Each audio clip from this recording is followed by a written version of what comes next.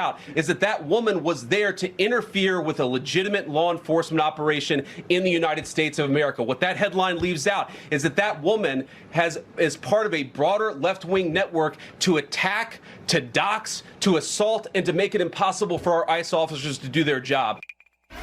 She was trying to ram this guy with her car.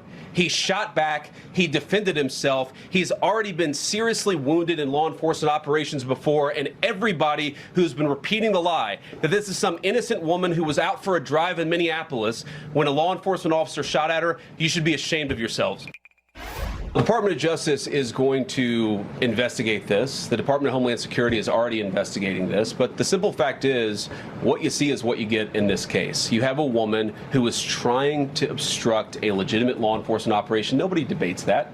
You have a woman who aimed her car at a law enforcement officer and pressed on the accelerator. Nobody debates that. I can believe that her death is a tragedy, while also recognizing that it's a tragedy of her own making and a tragedy of the far left who has marshaled an entire movement, a lunatic fringe against our law enforcement officers.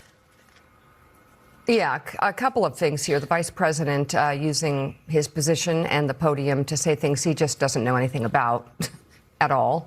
And also to malign the victim, this woman who is dead, this mother. And then raising more questions, actually, about ICE.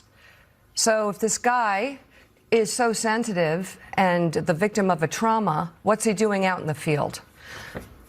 It's just a question. Yeah, I don't understand what's going on here.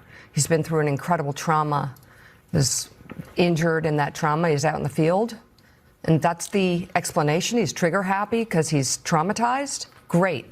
It always takes an impact, and it always affects them to even resist and have to fight or put somebody down to the ground to the point where they have to, cuff them or put some type of resistance or use a taser.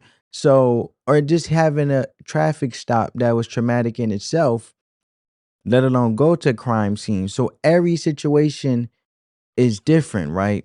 It's situational in itself.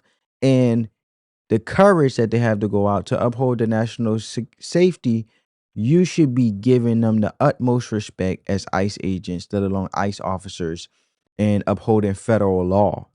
Even just having some resistance where you might got to put some force to even get them down to the ground because they don't want to comply either, or any type of non-compliant situation as an officer, whether it's local, federal, you name it.